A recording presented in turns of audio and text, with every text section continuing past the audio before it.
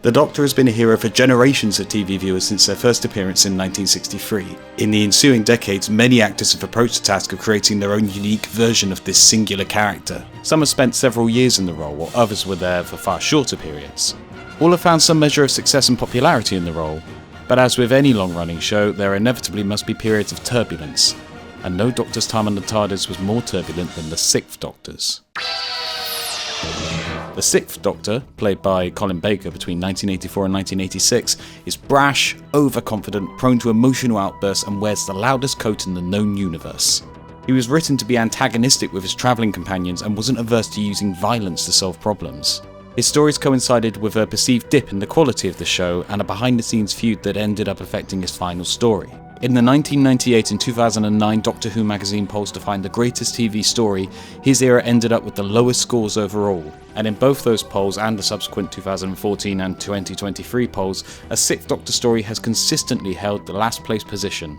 I think it's not too controversial to state that he's the least appreciated Doctor of the series. He also happens to be one of my favourites. I will admit the later stories featuring the character released after his time on TV are doing a lot of the heavy lifting here, but the Sixth Doctor is unlike any version of the character we'd seen before. The idea had been to start with this new incarnation of the Doctor as being somewhat unlikable, before slowly peeling back the layers to reveal his inner thoughts and feelings. Sadly, the behind-the-scenes chaos of the mid-80s put pay to implementing this idea. Until recently, I thought this was a bold idea that needed a much stronger set of writers to pull it off. Watching Sixth Doctor stories as a fan brought in by the Revival series, I tended to watch them out of order as DVDs were released. Watching this way presents very little overt change in the character of the Doctor, so I kinda assume no real attempt had been made to account for this supposed progression in the writing of the show.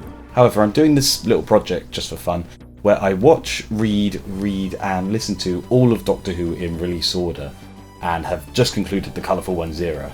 And wouldn't you know it, there is the outline of an arc there. True, not the greatest executed arc in history. In fact, the first half of it is likely accidental or coincidental, whilst the second part of it is entirely reactive to the programme's state in the real world, but you can make out that they were attempting something? So that's what we're doing today, going through the Colin Baker years of the programme, keeping in mind this idea of a story arc, and seeing what we can find in the finished programmes. Let's get started. Fifth Doctor Peter Davison announced his departure from Doctor Who during the broadcast of the show's 20th season. John Nathan Turner, who had been series producer since 1980 and had worked on the show on and off since the Patrick Troughton years, already had a replacement in mind. At the time of his casting, Colin Baker was best known for his role in The Brothers. But he was no stranger to science fiction. He had made guest appearances in Blake 7 and in Doctor Who itself that same year in the story Arc of Infinity. He actually shoots Peter Davison's Doctor at one point too. Later that year, he attended the wedding of one of the crew of that story. Nathan Turner was also in attendance and was reminded of Colin as the question of the next Doctor crossed his mind. When he returned to the production office, he told script editor Eric Saywood that he had found his new leading man. After Tom Baker's commanding and iconic take on the Doctor, Peter Davison had made the Fifth Doctor a much gentler character. Seeking to create an equally distinct break, it was decided that the Sixth Doctor would be much more alien than his predecessor. In particular, Colin Baker had in mind the original version of the character played by William Hartnell, whom he had watched during the 60s. The first Doctor had been spiky, mercurial, warm one moment and harsh the next. The idea of highlighting the Doctor's alien qualities also made its way into the costuming. It was decided that the new Doctor's outfit should be, in Nathan Turner's own words, totally tasteless. Costume designer on the first story Pat Godfrey produced multiple designs for the Doctor's outfit, going more extreme on each rejected version. At last she submitted the most extreme design she could conceive, thinking it would never be picked. It turned out to be just what the producer was after. The Sixth Doctor made his first brief appearance at the end of The Caves of Androzani. This adventure has gone down in fandom as being one of the very best Doctor Who stories. The return of the old show's best writer Robert Holmes, plenty of action, memorable guest villains, new director Graham Harper bringing his A-game, a regeneration sequence modelled around the crescendo of A Day in the Life, and the new Doctor. Doctor? You're expecting someone else? Arrogant from the start. Having delivered one of the all-time Doctor Who classics, viewers wouldn't have to wait long to see what the production team had in mind for the new Doctor. So you know when I said a Sixth Doctor story had consistently been voted the worst over a period of 25 years? This is it. This is that story. In fact, the 2009 poll put the preceding story, The Caves of Androzani, as the most favourite story, the number one story of all time.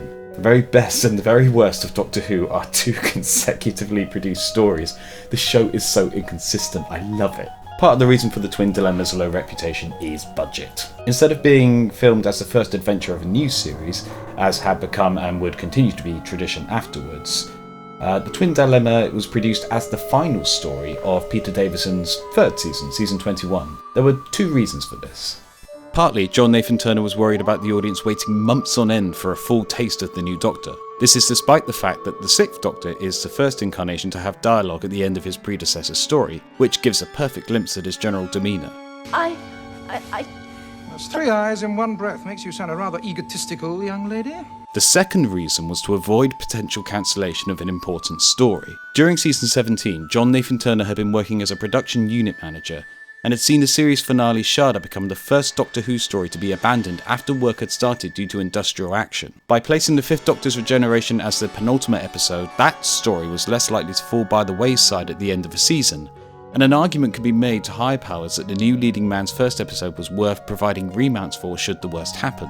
These weren't unfounded fears either. The previous year's finale Warhead had been dropped to be reborn the following season as Resurrection of the Daleks. Season opener Warriors of the Deep had its studio days cancelled and rescheduled earlier when the Conservative government called a snap election, and coverage of that took priority, resulting in the story losing rehearsal and pre-production time.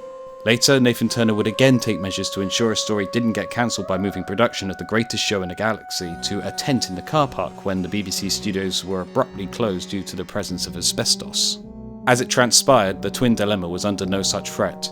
As the last serial produced for season 21, the budget was finite and running out, which when combined with its attempt to depict at least 3 distinct planets with studio sets, ends up giving the serial an even cheaper look than normal. I normally don't like mocking the effects of Doctor Who for looking cheap. I've seen shows from that same period that look much better, but equally I've seen shows that look much worse. However, when you resort to sticking tinfoil on a box to represent a computer, that mockery has been earned. The aliens are also ripe for some of that mockery. One of the reasons Doctor Who often comes under fire for looking cheap is that its ambition often outstrips the resources available to it. Good producers and script editors can often steer writers away from impractical ideas to something more easily realised on the budget. This seems to have been less enforced during the 1980s. A race of slug people should have rung warning bells at outline stage, but here they are on screen, shuffling around on feet they shouldn't have. Jabba the Hutt this isn't. The Gicondans would work fine on stage perhaps. Keeping the actors' faces free means at least they can emote, which in fairness sets them above most of season 21's aliens, but this feels one step too far in the other direction. There's a happy medium to be struck somewhere. The rest of the costumes?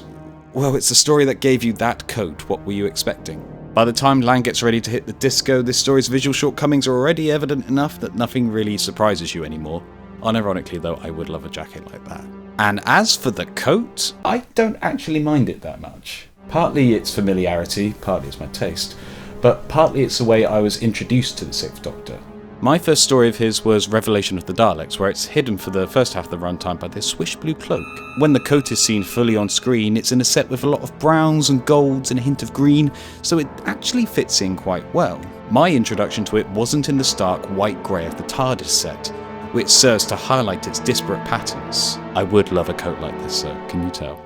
All that said, it doesn't work in the context of your leading man's costume. The Doctor's outfit should be eccentric and always has been, whereas this screams designed costume rather than clothes. It's contrived weirdness as opposed to natural oddness. It's the sort of thing that might work well in a comic book, but not in reality. Another contributing factor to this story's reputation is its script. The reason here is simple. Script bad. Script very bad. The plot runs, Mestor, giant slug boy, kidnaps a pair of Wesley Crushers to do his sums for him so that he can make a sun go supernova and spread his people's eggs throughout the universe. As plans go, it's certainly unique. The dialogue also feels very retro sci-fi, as if the writer hadn't watched Doctor Who but knew it was a sci-fi show and wrote a script based on how they remember the genre from their childhood. It's called compassion, Doctor. It's the difference that remains between us. Is this the human value you call friendship? Don't give me the Star Trek crap. It's too early in the morning. Speaking of which, Perry, Pepper Gillian Brown, yes, that is her real name, was the incumbent companion when the Sixth Doctor made his debut, though she'd only been introduced 2 stories earlier in Planet of Fire, and to be fair had been given some good scenes in that story. I am the master. So what? I'm Purple Gillian Brown, and I can shout just as loud as you can. No, that isn't her real accent. In the case of Androzani, she's reduced to a victim role for most of the story, having to avoid the unwanted attentions of Shara's Jek and slowly succumbing to Spectrox's toxemia. The only life the 5th Doctor is able to save in his final story is hers, and he does so at the cost of his own life. Where is it? What? The bat's milk. Finished. Only enough for you. The new Doctor's interactions with her are initially combative. You were almost young. I really liked you, and you were sweet.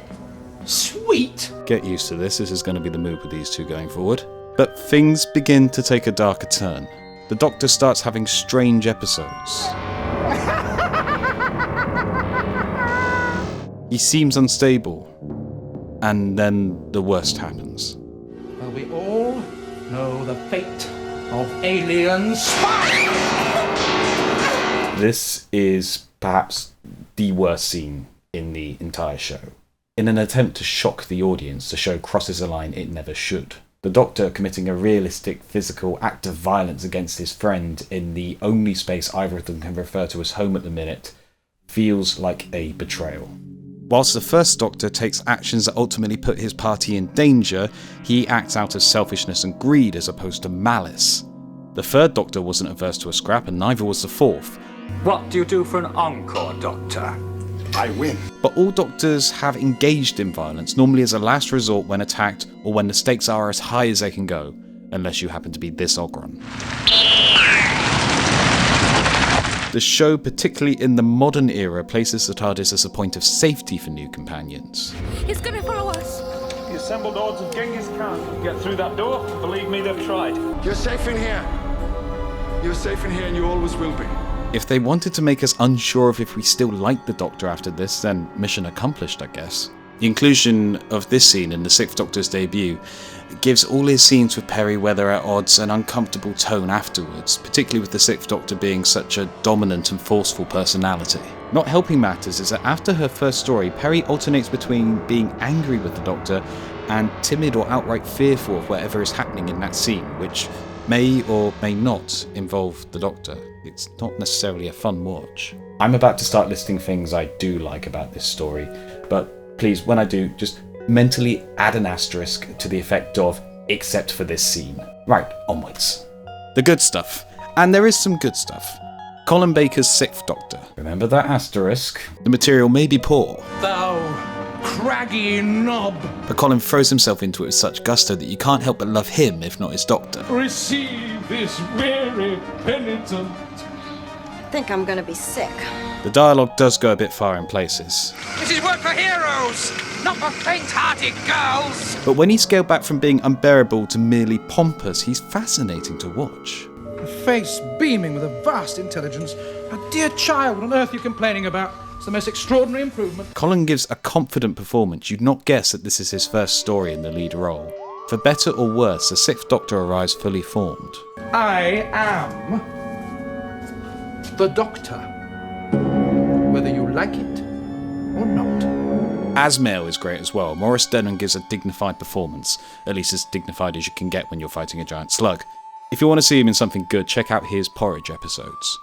Kevin McNally works wonders with his part. He returned in the new series playing a different character alongside Jodie Whittaker's Doctor. The story also gives us an interesting take on the Doctor's flaws, in this case self-control and regulating his emotions. Much as I dislike that scene, the fallout from it is fascinating. Upon my word, you really are frightened, aren't you?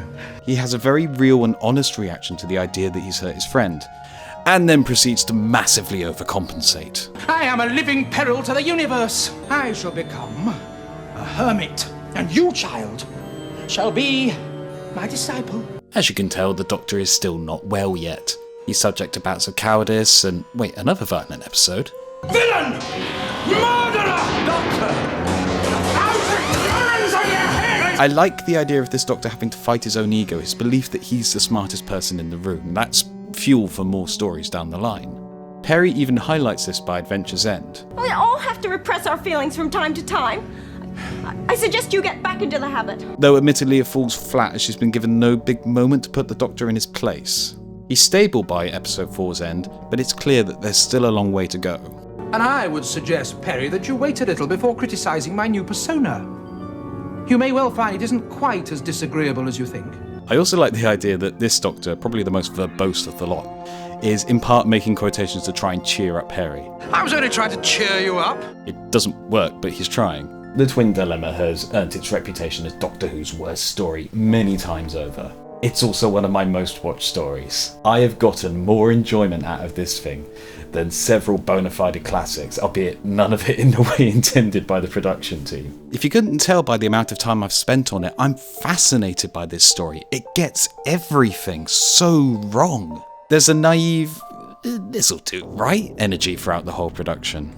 This is one of the so bad it's good ones. That's fine in retrospect. I came to it as my final 6th Doctor story, but as an introduction to the new Doctor, it leaves a bad taste in the mouth. What was desperately needed was a strong run of episodes immediately following to show an unsure public that this version of the character was more than a bad serial. What we got was nothing. This was the last story of the season. The only news stories with the 6th Doctor in the 10 months between this season and the next were those in the 1984 Doctor Who annual.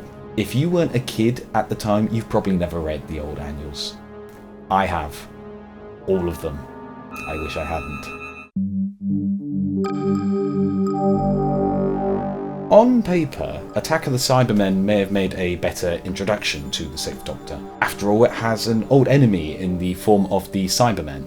New Doctor versus old enemy seems like a natural thing to do for a Doctor's debut, though it had only been done once before and would not be done all that often afterwards. Alas, the Cybermen detract more than they add here. The 80s Cyber Neomorph design looks fantastic even now, and David Banks returns as the not emotionless at all but such fun to watch Cyber Leader. Excellent. Mark Hardy doesn't return as Cyber Lieutenant. Lieutenant. Sorry. Time Lord, but they're forbidden to interfere. This one calls himself the Doctor, and does nothing else but interfere. And his replacement is, It is occupied by a race of warriors who fight only for money, leader. He is not to be trusted. This is the Cyber Lieutenant you get from Timu. Who they do bring back is the Cyber Controller, last seen in The Tomb of the Cybermen in 1967, and portrayed by Michael Kilgareth, who played the role then. You shall be like us. And didn't do the voice then, but is doing it now. It will also provide the escapees with an incentive. I have no idea why they brought him back. It could literally be anyone in that suit. Their plan is infamously complex as well. The average viewer response by the time the credits rolls around tends to be, well, I still don't get it. The script tries its best to tie into many older Cyberman stories. They want to use a stolen time machine to prevent the destruction of their planet, which was seen in the 10th Planet episode 4, which doesn't exist anymore. Meanwhile, they're upgrading and reactivating the Cybermen left on the tombs on Telos, last seen in The Tomb of the Cybermen, which didn't exist at the time and wouldn't be rediscovered for another 5 years. They've set up a base in the sewers under London for some reason, recalling imagery from The Invasion, which does exist, mostly. They also want to destroy Telos. This isn't anything to do with any of their old episodes, this is just a weird move when they haven't actually saved the original planet yet. Telos is still where all their stuff is. On top of this, there's references to the junkyard from the first episode and several references to previous companions. Look, Susan. Perry. While the series had found recent success mining the show's history for new stories, particularly around the 20th anniversary, this is all just fan service for its own sake. This looks familiar. No one in the general audience is going to get these references, and the ones who do are only going to get narky with you that your sets for the Cybertombs don't match the ones that were in a story that they can't possibly have seen. Structuring an episode around these plot points is a choice. There is in fact an ongoing mystery as to who wrote this story. Paula Moore, the credited writer of this story, was actually named Paula Woolsey, and was the partner of Eric Saywood, a script editor who had also written the previous Cyberman adventure, Earthshock. While John Nathan Turner recalled having met Paula Moore and discussed the story with her, Eric Saywood is generally accepted to have written the story. The series' unofficial continuity advisor, Ian Levine, also claims to have made contributions to the script. This is also the first instance of the series drawing attention to the fact that one of its old episodes, set in the future, is due to happen soon in this fictional universe, that being The 10th Planet, broadcast in 1966 and set in 1986. When did it happen? 19 86. Next year? That's almost now. The serial is also notably more violent than most Doctor Who stories. We see on screen for the first time since the Tomb of the Cybermen people undergo the process of cyber conversion, a side to them which had largely been absent from their stories after the 60s. As per other Eric Saywood scripts, the guest cast are all here to be shot down, electrified, blown up and generally disposed of in unpleasant ways. The massacre at the end even sees the cyber controller getting stabbed and the Doctor gunning down multiple Cybermen. A man who never would! There's also the infamous hand-crushing scene. This was broadcast at 5:20. How? The aspect of the story that works best is pairing the new Doctor with another old enemy, Commander Lytton. Lytton had previously appeared in Resurrection of the Daleks as a mercenary working for the Daleks. The Doctor and Lytton interacted very little during that adventure, but were clearly on opposite sides during the conflict. Here, they actually interact with each other properly, the Doctor understandably being incredibly dismissive and suspicious of Lytton, who protests his innocence, at least with regards to the Cybermen.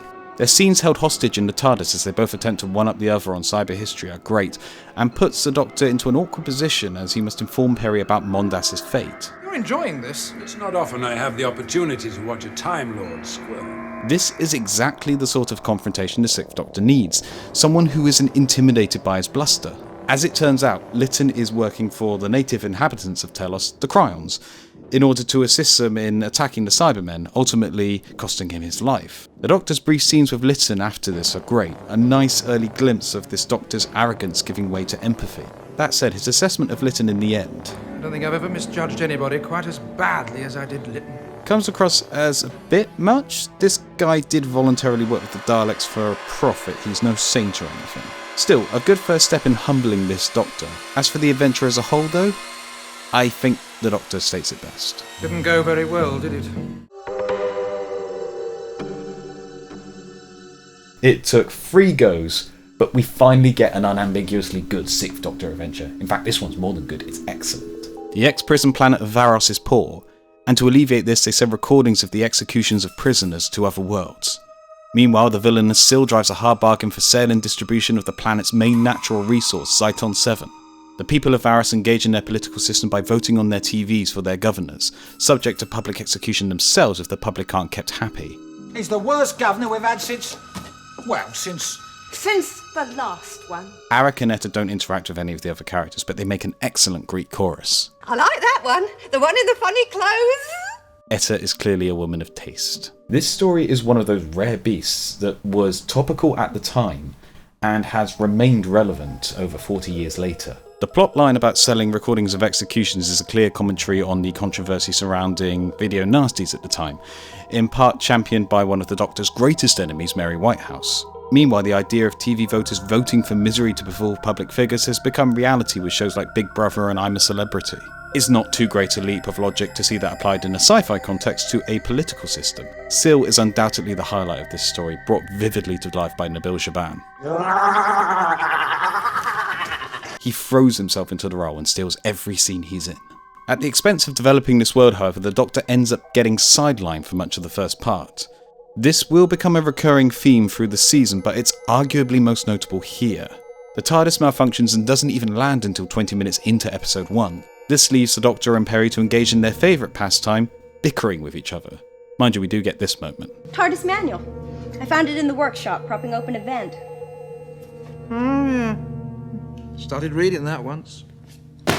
Always gets a chuckle from me. Once they do land, the two help political prisoner Jondar escape, meet up with Areta and work their way through the punishment dome, which unavoidably means they can't engage with Syl, the governor or the chief officer, meaning they can't actually start affecting the plot until episode 2. You get the feeling writer Philip Martin was much more interested in building his own world, rather than crafting an adventure that best utilised the Doctor and Peri. Mind you, I do find Varos interesting, so I don't mind too much in this particular case. Once he does get involved, the Doctor does get some good moments. The Sixth Doctor is as loud as his fashion sense, and his ego and bluster are best utilised in speeches berating tyranny, and he gets to do so here from the gallows. Although Peri lacks agency somewhat in this adventure, particularly as she undergoes a transmutation process, the lengths the Doctor goes to free her and ensure her safety gives us a good indication of how much he does still care for her. The Mark of the Rani marks, so to speak, the first big shift in the relationship between the Doctor and Peri. The first two adventures of Season 22 follow the twin dilemma in keeping the Doctor's abrasive personality intact, albeit slightly less murderous, only slightly though. Pip and Jane Baker's debut as Doctor Who writers see them getting good use out of their thesaurus. Unfortunate. Fortuitous would be a more apposite epithet. And as become the norm, their plots take interesting turns in the later parts of the story. The tree won't hurt you! But they also bring a slightly different take on the Doctor. He can still be spiky and short-tempered. Just occasionally, your smugness infuriates me. Keep your voice down. But overall, he's a much warmer character in this script. Given plenty of screen time opposite the Master and new returning villain the Rani, played by fellow Brothers co-star and future Dynasty star Kate O'Mara, it's easier to position him as a vocal champion of justice rather than a blustering bully. They also exploit one of the Sixth Doctor's flaws in the best way. Thus far, he's shown himself to be something of a pompous character. He has the largest ego of any incarnation, and because he's the main character, he's more often not shown to be in the right. The Bakers, however, find multiple natural ways to burst that ego. He can't bluff his way into a meeting, so Perry has to do the convincing for him. He tries to talk down a bunch of violent Luddites and nearly gets thrown down a mineshaft for his troubles. He gets the wrong end of the stick entirely when confronted by the Master, and his attempt to escape ends with him rolling down a hill strapped to a table. Would love to see someone try and do a model railway diorama of this one. Meeting up with Luddites again, he still cannot talk sense into them and ends up bound and balanced between two trees in a tree minefield. What on earth is this show? In hindsight, this approach feels instinctively right and the way you would best utilise a character like this, but Pip and Jane are the only writers to make this a key part of the Sixth Doctor's adventures. It would have been difficult to implement this in the Twin Dilemma due to the failing regeneration. Attack of the Cybermen sees the Doctor attempt and fail to mend the TARDIS's chameleon circuit.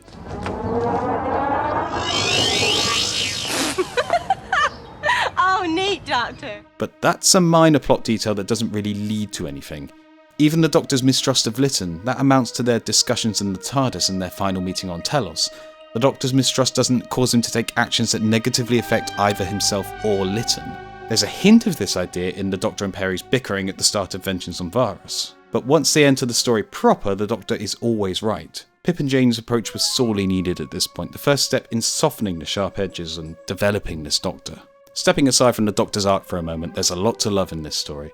The Rani makes a great impression here. Her positioning as Amora really works in this story, painting her as distinct from both the Doctor and the Master. She's also done with both of them. I am not interested in your pathetic vendetta, one way or the other. Now clear up and let me get on with my work. She also has one of the greatest descriptions of the Master ever. What's he up to now?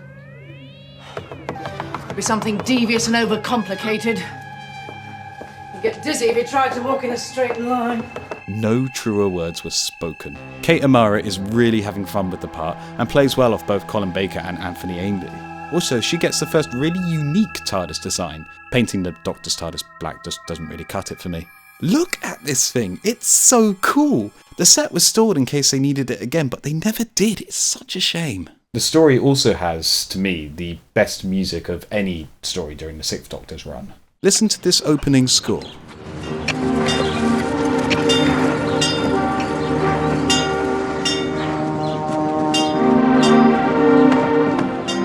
Instantly feels warm and familiar whilst in keeping with the show's house style, and that music for the Part 1 cliffhanger.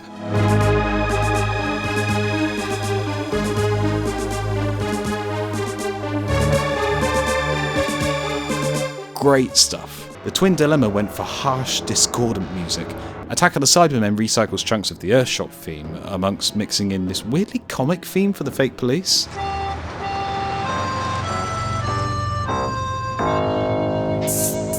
And some Bach.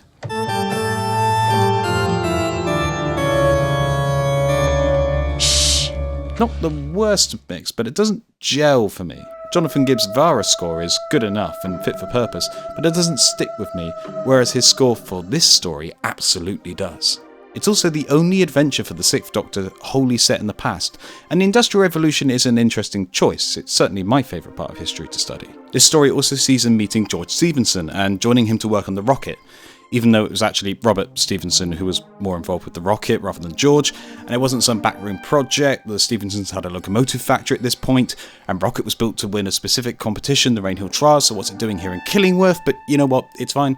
It's a kid's show, I know I care too much about this, let's move on.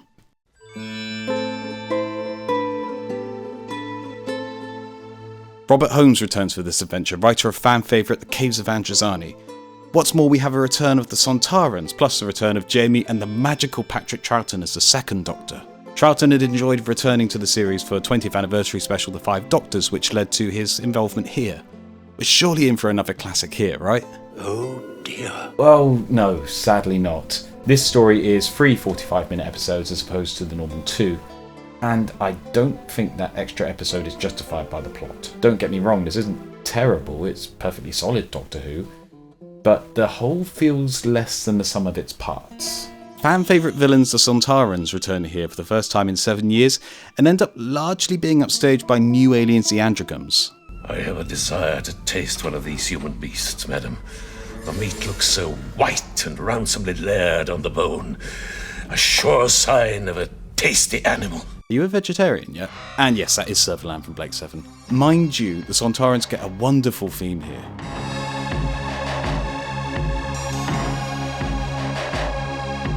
Best music they've ever had in my book, including the new series.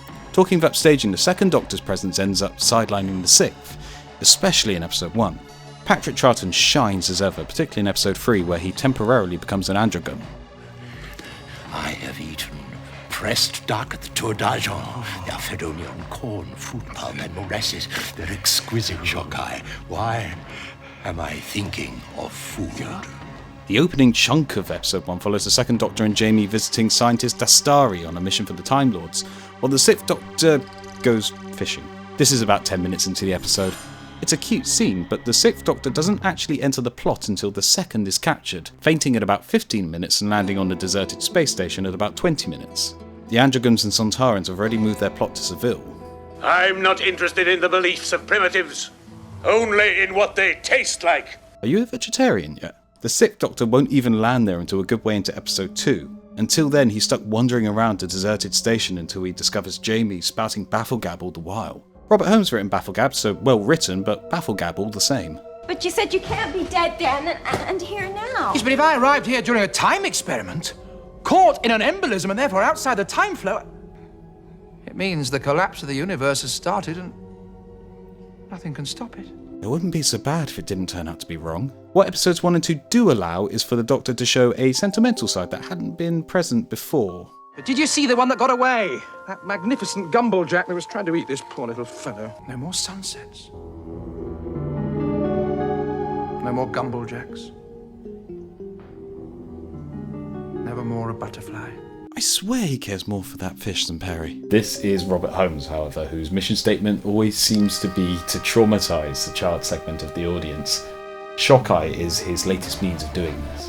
While Cassini actually drives the plot forward, seeking to discover the secrets of time travel, Shokai spends his time on screen inquiring after human cuisine and desiring to cook the human animal. Wait a minute. It's very painful. That's simply a nervous reflex. I've been butchering all my life. Primitive creatures don't feel pain in the way that we would. Are you sure you're not a vegetarian yet? He's this odd mix of dark comedy and primal violence. When saving Jamie from Shokai, the Doctor gets a cut to the leg and ends up on the run from Shokai. There's no clever way out this time. The Doctor ends up killing him with cyanide left behind by one of Shokai's earlier victims. This is something the Doctor has done before, in a script edited by Robert Holmes no less, but not as directly as it happens here. Again, broadcast at 5:20, how did they get away with this? You're just desserts.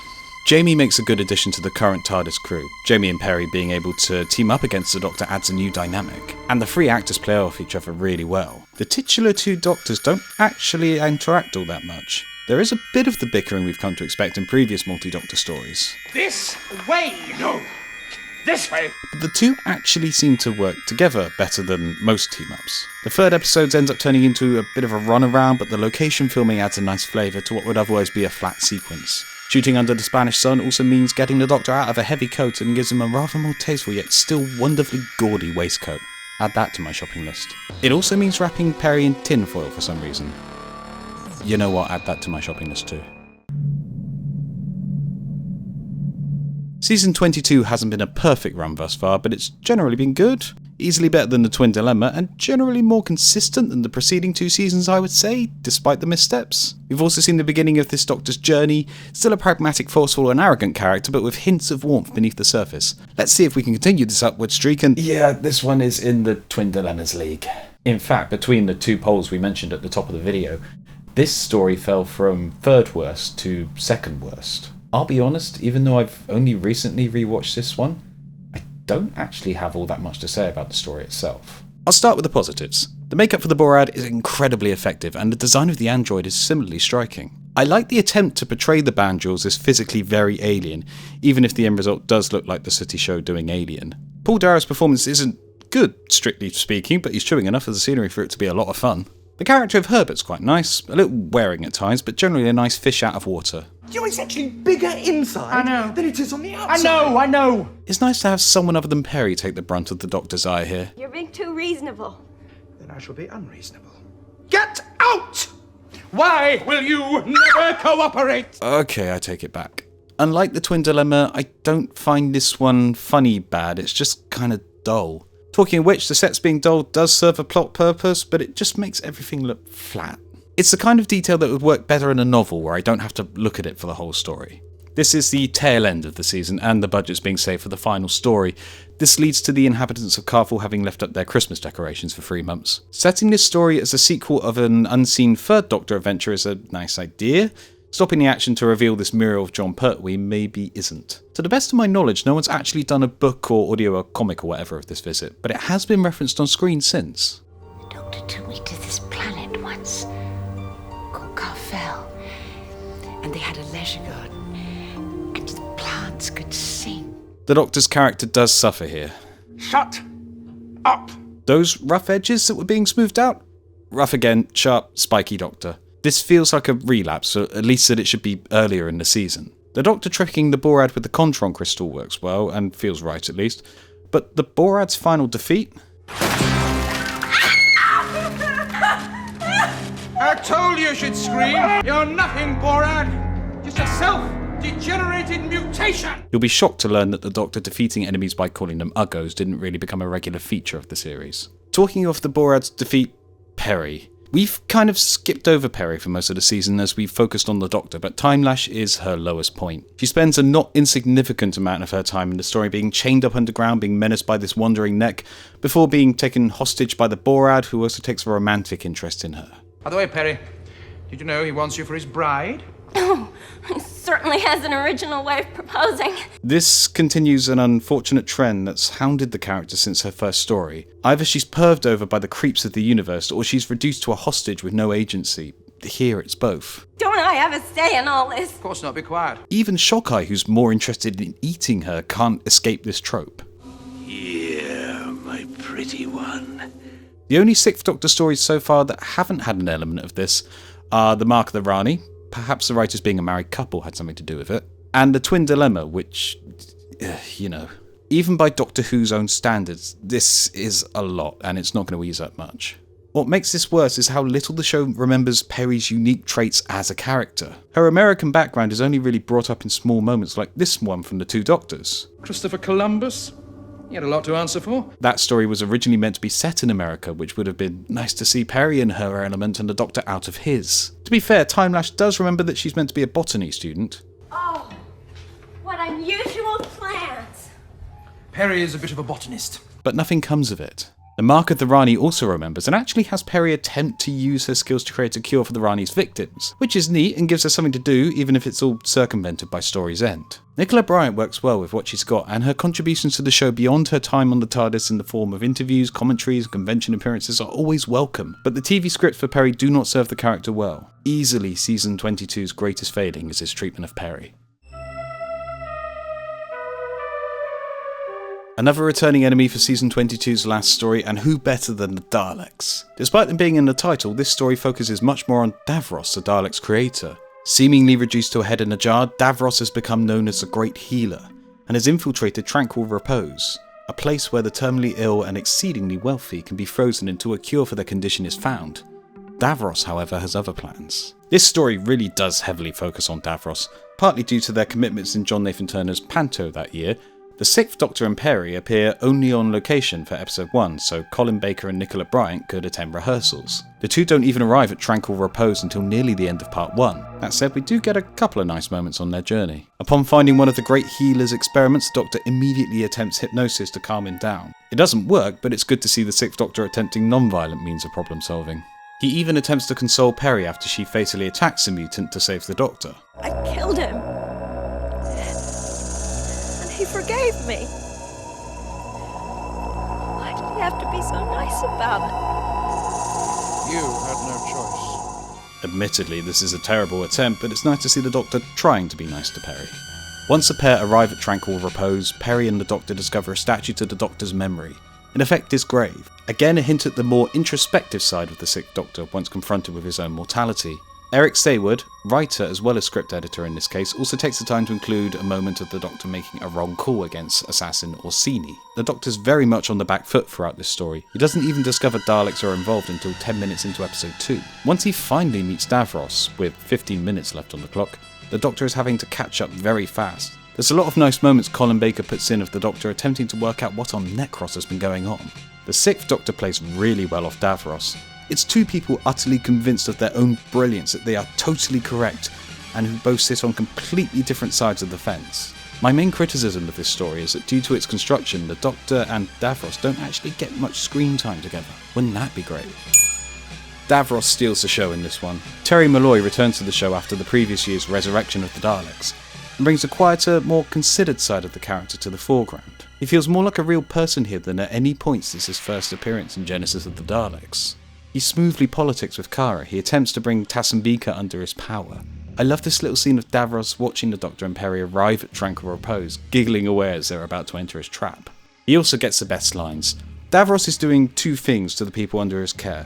The people he considers lesser are processed into a concentrated protein, which forms the basis of a foodstuff that has eradicated famine in this part of the galaxy. But did you bother to tell anyone they might be eating their own relatives? Certainly not! That would have created what I believe is termed consumer resistance. This kind of humour is a new side to Davros, but it's one that feels absolutely right. Those people Davros considers worthy, he begins to mutate into a new breed of Daleks, as Natasha discovers after breaking into the facility to find her father. It is our duty to eradicate all those who wish to pollute the purity of the Dalek race. If you ever love me, Natasha, kill me! Kill me! Again, they broadcast this at 5:20. How did they get away with this? Although the Daleks are important to this story, they're kept very much in the background. It works here, the threat of becoming a Dalek being enough to serve the story. Whilst the Necros Daleks, a favourite visual design of mine, lack agency and individual intelligence by nature of being subservient to Davros by design, the same is not true of the Skaro Daleks. That's right, this is part 2 of the Dalek Civil War trilogy that ran throughout the 1980s Dalek stories. Whilst the two factions only come into conflict shortly before the story's end, the events and outcome of this story will have major ramifications on the next Dalek story, Remembrance of the Daleks, where the two factions of Daleks fight a war on Earth for the fate of their planet. The guest characters all shine too. They all form these very compelling pairs of characters. Orsini and Bostock. This is my sword, Bostock. Tarkis and Lilt. Did you see anyone? No. Did you? No. You see? Must have got in another way. Kara and Vogel. I'm sure Vogel can engage in a little creative accountancy on your behalf. I already do, madam. I'm a past master at the double entry. Only Jabel and Tassenbeka feel a little... I hate you! underwhelming. Overall though, a great cast. Finally, Perry. She does get creeped over by Jobel, don't worry, he dies. But she does also get to have a nice friendly normal conversation with an ordinary person, Alexei Sale's DJ. As this is an Eric Saywood script, he dies. Overall, Revelation of the Daleks makes a strong end to season 22. We've had 2 great stories, 2 good ones, and 2 below par, which I feel is fair.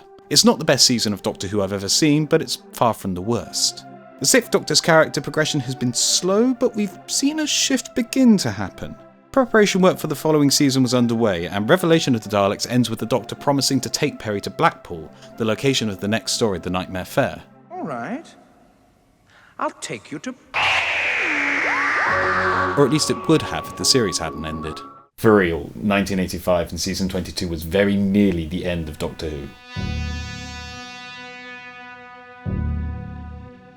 During the broadcast of The Two Doctors, news first broke to the public. Doctor Who is to take a rest. The BBC announced today that the Time Lord, who's been on our screens for some 22 years now, will be off the air for 18 months. John Nathan Turner was called into head of drama Jonathan Powell's office. He was informed that money would be needed to launch daytime television, and, amongst other shows, Doctor Who would be having no new season in 1986. Nathan Turner was assured that the move was temporary, a postponement. However, sources closer to controller of BBC One, Michael Grade, were convinced that the show had actually been cancelled.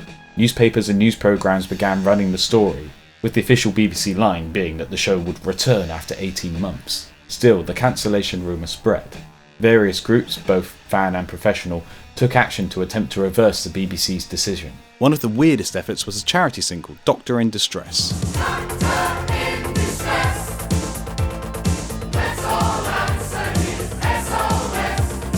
You'll be shocked to learn this didn't chart. Hans Zimmer worked on this. Right, that's enough of that.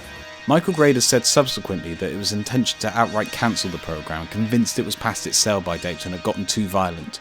To this day, Michael Grade is still convinced he actually cancelled Doctor Who. It was all over. But it wasn't all over, was it? It went on for several more years. Eventually, the fuss being kicked up around the move convinced the BBC to commission further episodes of the programme. The Doctor Who team were now able to start work on a new season, instructed by the higher-ups to cut back on violence. This complaint had been borne out by viewers at the time. I was horrified at what I saw. A man, presumably an alien, consuming a raw rat. The rest of the programme was similarly gruesome and disgusting. So the guns and the stabbing and the leering of the Peri was fine, but the rat was too much. Although it should be noted that the show had always been in trouble with regards to violence going back to the 60s. The episode count was increased from 13 to 14 for the new series, but the episode lengths were reduced from season 22's 45 minutes to the more traditional 25 minutes. In view of this, John Nathan Turner and Eric Saywood scrapped the original season 23 and decided upon a new concept, the Trial of a Time Lord. A single 14-part story taking up the entire season, this tale would see art reflecting life, as the Doctor was placed on trial by his own people once again. Modelled on A Christmas Carol, evidence would be collected from the past, present and future, with the Inquisitor overseeing the trial and the mysterious Valeyard acting as prosecution.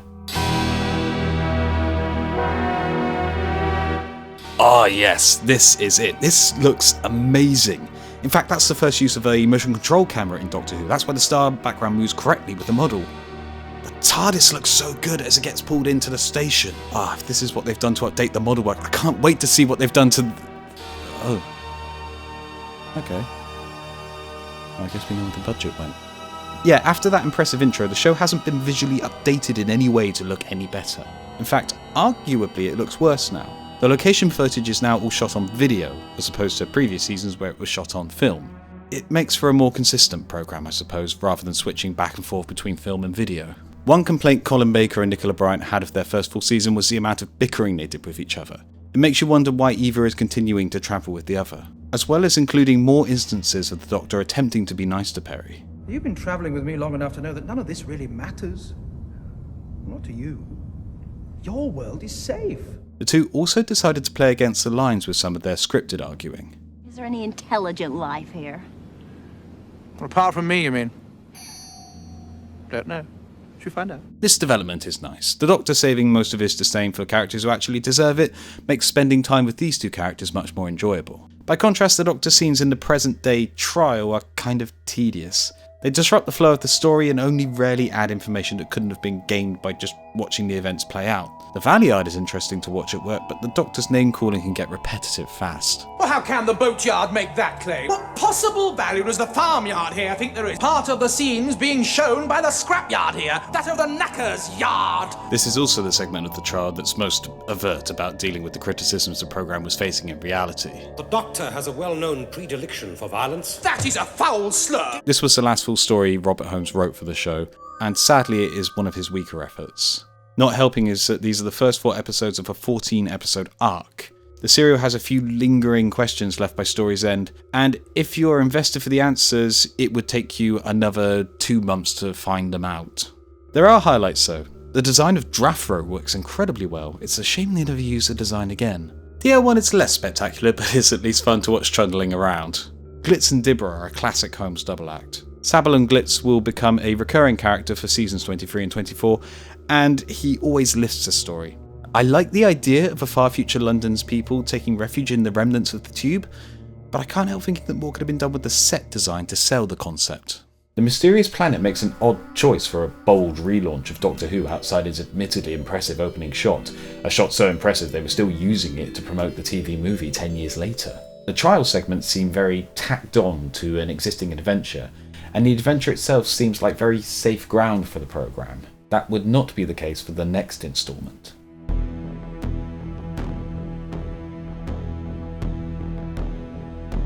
A rematch with Sil had been on the cards in the original plans for season 23, and his creator returned to write this adventure set on Forest Beta, Sil's home planet. One of the first users of Paintbox on the programme, by the way. Sil's superior Lord Kif must transplant his brain into another mentor to save his life, and has sought the services of Crozier. As the Doctor and Perry begin to investigate, they are caught by Sil, and the Doctor is subjected to one of Crozier's machines. The Doctor won't mind donating his sanity to the advancement of science, will you, Doctor? And from this point onwards, an accurate summary is pretty much impossible. The machine in question has scrambled the Doctor's memory, and the Doctor from the trial has been pulled from the end of this adventure. He can't remember and can't account for his actions. This is kinda necessary to preserve the suspense as well as explaining why the Doctor can't remember where he left Perry. It's a matter of interest, where is Perry? Where you left her. What's that? As the trial proceeds, the Doctor's memory is jogged, only it doesn't match what we're seeing. But the events took place, but not quite as we've seen them. The Mysterious Planet contained an instance of the evidence being censored. The sleepers found a way into... But this is the first suggestion that the evidence is being tampered with, and will continue into the following segment. This is interesting, and it actually makes the trial scenes actually feel connected and important. Unfortunately, we never learn exactly what happened and what didn't. This extended to the crew at the time as well. During this scene where the Doctor interrogates Perry, Colin Baker seeks clarification on whether the events were real and the Doctor's mind had been scrambled, the events were real but the Doctor was gaining his enemy's trust, or whether the events were falsified. No concrete answer was forthcoming. If the people making it had no idea, what chance do we have? Speaking of the trial, the Inquisitor clearly feels the same way I did during the Mysterious Planet. The prosecuting counsel's title is the Valyard, not the Brickyard, Backyard, Knacker's Yard, or any other kind of yard. Again, do I make myself clear? The main guest star for this story is Royal Blessed! Gordon's alive! who brings his usual level of restraint to the role of Ikanos. Whether it's strictly speaking good or not is your own personal call, but there's an energy to all his scenes and the cast are clearly having fun playing off him. He even gets a few great subtler lines. On my planet of Krontep, a warrior queen fights alongside her king. I'm not on your planet. It doesn't matter, the rule still applies. This was also the last TV story to feature Perry. Nicola Bryant had decided that she wanted to leave the programme in a dramatic fashion. So John Nathan Turner briefed Philip Martin, the writer, to provide a memorable exit for her. As the Doctor finally comes to his senses and is on the way to rescue Perry, he is pulled from time by the Time Lords. Meanwhile, Crozier has performed his operation on Kif successfully, transplanting his mind into Perry. What follows is an electric performance from Bryant. Now I am she, alive, within this oh so wonderful, wonderful frame. Yes, that is her own voice, mostly. The Time Lords manipulate Ikanos' revolution to ensure they arrive at the right moment. And then... You killed Perry? And I'll be honest, I'm genuinely conflicted on how I feel about this. On the one hand, this is the meta concept of the trial working at its strongest and most effective. If the series is meaningfully going to critique the Doctor, then it has to show him failing, it has to show him at his lowest. The death of a companion wasn't unknown at this point. Katarina and Sarah Kingdom had died in the Daleks' master plan, both moments now sadly missing from the archives. And Peter Davison's first season had seen the unpopular character of Adric written out in a way that ensured he would be remembered by the fans forever.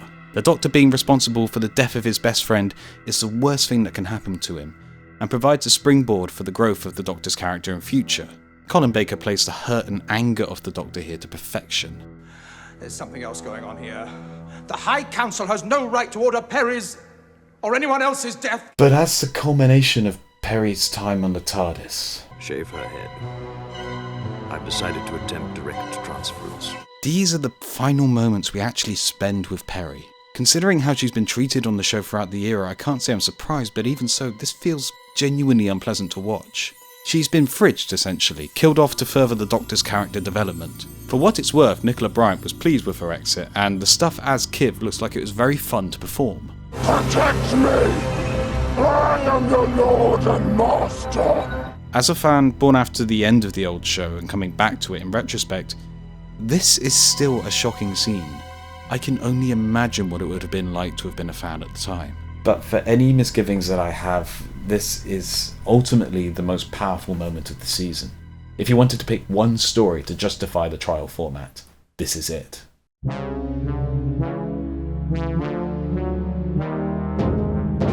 With Nicola Bryant gone, a new companion was needed. Enter Bonnie Langford as new companion Melanie Bush. Writers for the third segment set in the future had repeatedly fallen through. Eric Saywood found himself having to use the reliable, although in his eyes not stellar writers, Pip and Jane Baker. Terror of the Vervoids is a story in the season that works best as a self-contained adventure, but it's also the story that makes you question most why it's being shown. The Doctor, in his defence, is showing these events to attest to a future change of character. He could, perhaps more effectively, show an occasion where he was asked to act on behalf of the Time Lords. There's something going on here, some dirty work they won't touch with their lily-white hands. Or a story that won't get him charged with further crimes by episode's end. In fairness to the Doctor, he is a much different character in this one. Pip and Jane Baker really know how to get the best out of Colin.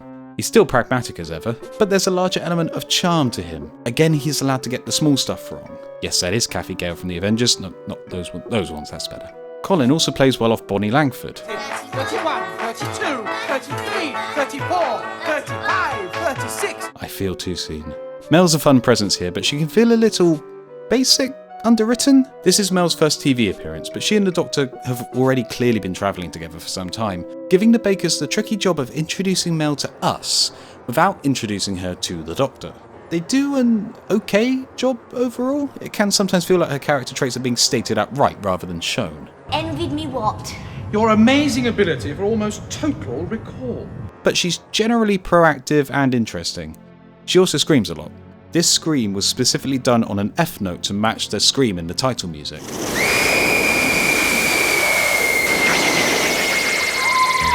Now, onto the Vervoids, the monsters of the...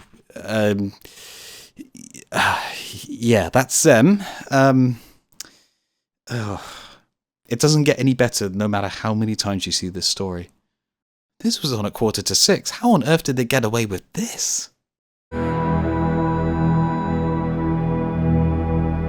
The conclusion of the Doctor's trial has a complicated behind-the-scenes history that impacted the programme significantly. The original plan had been to have Robert Holmes, who had written the first segment, return to write episodes 13 and 14 that would wrap up the trial. Sadly, Holmes passed away before completing the script, with only episode 13 delivered. Eric Saywood duly completed episode 14, which included a cliffhanger ending, with the Doctor saving the day, but trapping himself in a time vent with the Valiard for the rest of time. When presented with the script, producer John Nathan Turner rejected the ending for two reasons. First, a cliffhanger ending probably wasn't wise, when the fate of the series was potentially hanging in the balance. You don't shoot the cliffhanger ending for Back to the Future Part 2 unless you're already making Back to the Future Part 3. Second, back in Tom Baker's time, he had worked on the Key to Time story arc, where a year's worth of adventures was spent gathering the segments to the titular key. At the end of the season, the key is scattered into time once more to keep it away from the Black Guardian. Nathan Turner had felt this had been an unsatisfying end to the season for the audience, and he wanted to avoid the same thing happening here. In his eyes, the trials had to have a definite conclusion. However, Eric Saywood and John Nathan Turner had had a fractious relationship for some time now. Saywood grew frustrated at Nathan Turner's story demands, which could often resemble shopping lists of characters and locations as opposed to fully thought through story ideas. He disliked the producer taking long amounts of time to visit Doctor Who conventions, particularly in America, rather than being present in the office. And he disagreed with Nathan Turner over the casting of Colin Baker as the Doctor. Coupled with the recent passing of Holmes, with whom Saywood had grown close, this was the straw that broke the camel's back. Saywood tendered his resignation, refused permission to use his episode 14, and subsequently gave an interview to Starburst magazine laying out his complaints about his time on the programme. With no conclusion to the season, studio and location time already booked, and cast and crew already prepping episode 13, John Nathan Turner called in Pip and Jane Baker to write episode 14 last minute. Their script meeting had to be conducted in the presence of a BBC lawyer, a witness verifying that no details of Eric Saywood's version of episode 14 were passed on to Pip and Jane Baker. All of this to say, with everything stacked against the show, it is genuinely a miracle that anything got filmed for episode 14, even if it did give us the immortal line, There's nothing you can do to prevent the catharsis of spurious morality. Episode 13 begins with the Inquisitor and the Valiar continuing to discuss the Doctor's actions against the Vervoids in the previous segment. Just as the Doctor is in danger of losing his case, the Master appears on the court screen, delivering Mel and Sablon Glitz as witnesses, seemingly assisting the Doctor. The script here is very concerned with explaining the remaining mysteries from the mysterious planet, the answers implicating the High Council of the Time Lords. This is all necessary, but it's also kind of dry. The Master's fun, and the Doctor gets a good speech. 10 million years of absolute power. That's what it takes to be really corrupt. But this far into a 14-part story, I've kind of mentally already pushed the details of parts 1 to 4 out of my head some time ago. The fact that the Time Lords were behind it also raises the question of why that piece of evidence was shown in the first place, compared to literally any other Doctor Who adventure. So far, so, but then the Master quietly drops a bombshell. They made a deal with the Valiard, or as I've always known him, the Doctor, to adjust the evidence. This is clear. Just a minute! Did you call him the Doctor? The reveal that the Valiard is an amalgamation of the Doctor's dark thoughts and instincts is a genuinely shocking reveal, but it's also a good way to tie the villain into the meta-commentary on the show's own troubles.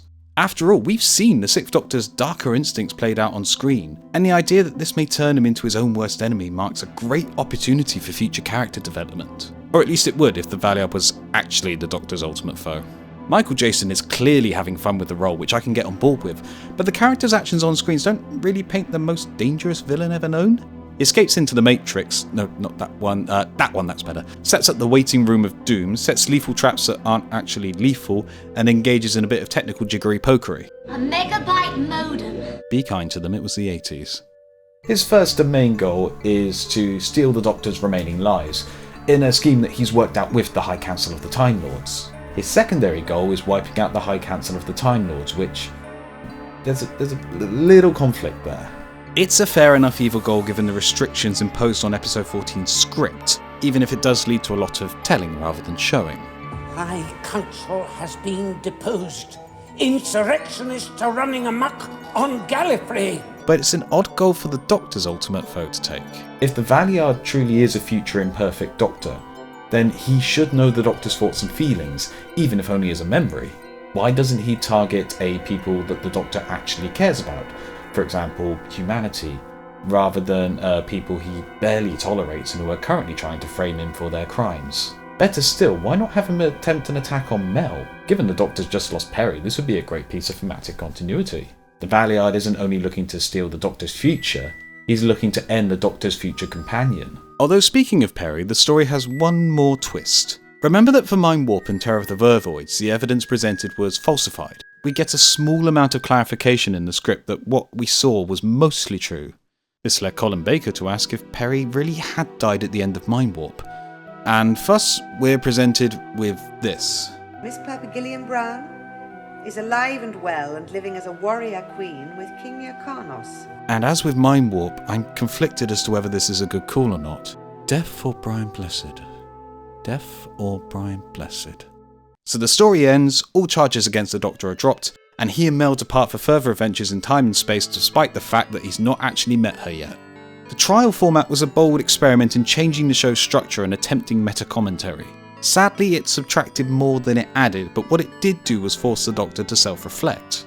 Over the course of these 14 episodes, the Doctor is forced to account for his lifestyle, loses a friend in one of two possible tragedies, faces a literal personification of his inner darkness, and becomes thoroughly disenchanted with his own people.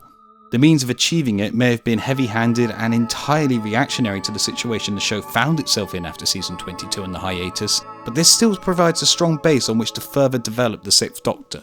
It's just a shame that this was his final appearance. After the season concluded, John Nathan Turner was told that season 24 would be going ahead, and having tried to leave the show since season 20, he would now be allowed to move on to another project. there was just one job he was instructed to do first: inform Colin Baker that his services were no longer required. Colin was informed and was understandably unhappy with the news. He requested a meeting with Jonathan Powell, head of drama. When asked to film a transition scene for the new season, Baker responded that he would still be publicly seen as the Doctor, and would potentially lose work between the end of shooting and the next episode's broadcast. He requested instead to work on all of season 24, and then voluntarily leave at the end of there. His request was ignored, and Colin Baker's time on Doctor Who was over. For John Nathan Turner, he was in fact not moved on to another programme and remained with Doctor Who. He would remain with the programme until its cancellation. With one script for the new season, no script editor, no lead actor, John Nathan Turner hired Sylvester McCoy as the 7th Doctor Who, and hired Andrew Cartmel as the script editor to replace Eric Saywood. In a script originally conceived for Baker, the Rani returned to the series for McCoy's debut, which began with the 6th Doctor regenerating into the 7th. This isn't a great effect by any stretch of the imagination, but it was the only practical option given the circumstances. After spending the 24th season finding their feet, Cartmel and McCoy led the series in a new direction, addressing many of the complaints that had been laid at the feet of the previous iteration of the programme, pushing to tell new kinds of story within the Doctor Who framework. The 7th Doctor's era was also to end prematurely, the show finally coming to an end in December 1989. I've been somewhat critical in this video of the 6th Doctor's era, and in some cases the 6th Doctor himself. I stand by that. For as much as I love this show, there is a lot that needs addressing, particularly in this era of the programme. I also stated that the 6th Doctor was one of my favourite Doctors, and that is also very true. So how is that the case? Well, like every other Doctor, the 6th Doctor has a life beyond the small screen. Various comics, books, audios, video games, animations, even live stage shows have utilised the character. We're going to take a brief look at two particular strands of his off-screen adventures. First up, the Doctor Who magazine comics. Since its first publication in 1979, Doctor Who magazine has hosted an ongoing comic strip normally featuring the incumbent Doctor. The changeover of incarnations normally happens around the broadcast of the debut of the new Doctor. Thus, Colin Baker's Doctor first appeared in the April 1984 issue, tying in with the broadcast of The Twin Dilemma. Even as the TV show proper found itself on hiatus and with a reduced episode count, the comic kept publishing continually every month. This continued until the broadcast of the 7th Doctor's first story. The 6th Doctor's final comic issue as the current incarnation was published in the September 1987 issue. This gave the 6th Doctor an unusually long run in the comics compared to his TV tenure, and it's also why his comics are collected over 2 volumes, whereas the 5th Doctor, who also spent about 3 years in the role, had his comics collected in 1 volume. The 6th Doctor on TV is loud, boisterous, over-the-top and colourful, which tends to contrast unfavourably against the darker, more subdued stories in his era. What's more, he needs a strong personality to play off, balance him out and stop him from coming across as a bully. The comics achieved that in the form of Frobisher, a shape-changing alien detective whose preferred form is a penguin. Every TV story is now automatically worse because it does not feature Frobisher. He's a good foil for the Doctor, he's funny and can be just as sarky as him, his shape-shifting powers are useful without being story-breaking and make good use of the medium. He sings a Fireball XL5 theme at one point. Frobisher's just great. He's one of the non-TV companions to jump between various forms of media. When Colin Baker was invited to write a one-off comic for Doctor Who magazine, he ended up using Frobisher. He also makes a good pairing with Perry. The two are able to vent any frustrations with the Doctor to each other, which results in an exponential decrease in bickering. Part of this is also due to the fact that the 6th Doctor in the comics isn't written the same as the 6th Doctor on TV. He can still be arrogant, but he is written overall as a much more pleasant character, which in turn means that it's much more pleasant to spend time with him as a reader. Who knew? Even his coat seems to fit better in the comics. Partly this is due to the 6th Doctor's comics being printed in black and white during his run, but even in later comics where it's portrayed in colour, it doesn't seem out of place so much with the bold colours and panels surrounding the coat. The stories on the whole are fun as well. Stories like Once Upon a Time Lord play with the format in a way that only the comics really can, with a character like Astrolabus making a memorable villain. This period also attempts a bit of wider world building, with Kane's, Abel's, the Warriors and Frobisher's stories, drawing in multiple characters, aliens and locations to try and tell a larger story, which is mostly effective. This tactic doesn't always work. See the World Shapers? Whose idea was it for the Vought to be the Cybermen anyway? But the 6th Doctor's time in the Doctor Who magazine comic features an inventiveness and consistency not found in the eras before or after. The other strand we'll be taking a quick look at is the Big Finish audios featuring the character. As opposed to just recreating the character as seen on screen, Colin Baker was keen to develop the 6th Doctor in a way that he had been denied on television. Much like with the comics, Big Finish achieved this with a brand new companion for the Doctor, Evelyn Smythe. A bit older than typical companions, Evelyn is a history lecturer who joins the Doctor to see history happen with her own eyes. She's far more sure of herself than Perry or Mel were on TV, and she's more than able to hold her own against the Doctor and call him out when he needs calling out. The Doctor himself has also changed. He's still rude and arrogant, but he actually saves that for the people who are most deserving of it. There's also more examples of writers allowing him to get the small stuff wrong, which keeps his ego in check. Perry and Mel have also featured in the Big Finish audios and have received corresponding character development. They even do a couple of audios with Frobisher. One thing they do a few times is reunite the 6th Doctor with Davros. The two play really well off each other. The biggest thing that helps the 6th Doctor on audio though is the scripts. These are the scripts that he should have been given during his time on TV. Give Colin Baker the right material and he shines. Over the years, Big Finish have released more 6th Doctor audios than I could ever reasonably hope to afford, even giving Colin Baker the chance to have a regeneration story of his own. So that's why I like the 6th Doctor, but that doesn't answer the question at the top of the video. Was the 6th Doctor's arc a good idea? We've discussed at length the triumphs and the failures, mostly the failures, of this arc on TV. There is an inherent tension at the centre of this idea. Colin Baker has likened peeling back the Doctor's character as being like learning about Mr. Darcy in Pride and Prejudice. However, Darcy only exists for the duration of Pride and Prejudice. Within that narrative, he has a defined start and end point. It's incredibly unlikely that Jane Austen will be dropping 2 Pride, 2 Prejudice from Beyond the Grave, but if she did, you couldn't just restore Darcy's character to where he was at the start of the novel because we already know what kind of man he is. The Doctor is a fundamentally different character.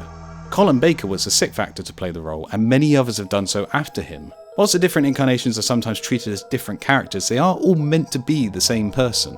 If you make the new version of your title character too different or too unlikable, but with the promise that you'll reveal all the secrets later on, then you've only really got 2 options available to you.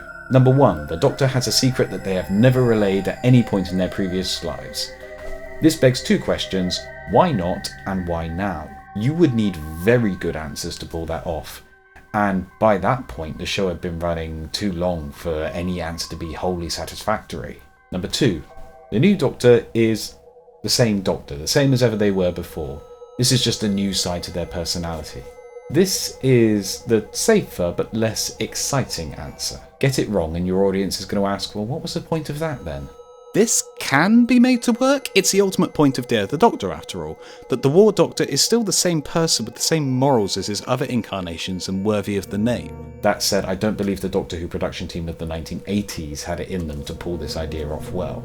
Still, ultimately I have to answer, although the execution is flawed, yes, the 6th Doctor character's arc was a good idea. How do I know this? Well, 30 years later, Doctor Who did it again. A year out from the previous anniversary, a new Doctor made his debut. The previous incarnation had been portrayed by the youngest actor to play the role. The new Doctor's debut story depicted them as being unreliable and fallible. The story even featured the Doctor committing a morally dubious act. As the new Doctor's era progressed, the question of whether they were doing good persisted. His adventures included encountering fan-favourite monsters, infiltrating a house of the dead, Cybermen reenacting famous scenes of the past, a previous regeneration's exploits coming back to bite him, and a villainous Time Lady. He lost a companion and was recalled to Gallifrey, held accountable for his actions. It transpired that his companion wasn't dead after all, and the story ended with the Doctor meeting a companion he had no memory of. Sound familiar? Madam, what year is this? 2014! Peter Capaldi's 12th Doctor shares more than a few similarities with Colin Baker's 6th. The question, my good man, hangs over Capaldi's first season, especially after 2 episodes where the Doctor betrays companion Clara's trust. His debut, Deep Breath, sees him seemingly leave Clara in danger in the villain's lair, whilst Kill the Moon sees the Doctor leave the story for the 3rd act, leaving Clara alone to try and save the moon. Don't ask. You walk our Earth, Doctor. You breathe our air. You make us your friend, then that is your moon too, and you can damn well help us when we need it. Clara is one of the big differences in how this character arc is handled. I must say I'm not the biggest fan of Clara, but she's a character much better suited to giving the Doctor a piece of her mind, so much so that she'll attempt to force the Doctor to change time on her behalf. In a welcome change from Perry, she's given agency over her own death and continued survival. Her initial death does further the Doctor's character, but it also forms the logical conclusion for Clara's own arc in Series 9, as opposed to just being a terrible thing that happened to her one day. Another key difference is that the 12th Doctor's worst actions aren't committed against his friends. For example, his confrontation with the half-faced man, the villain of the first story. They also leave it deliberately ambiguous whether he does or doesn't push him. The Doctor's murkier actions are also generally given better justification. In Hellbent, when the Doctor shoots the General to escape, he ensures the General can regenerate before proceeding. Other characters are also allowed to call out the Doctor for unacceptable behaviour.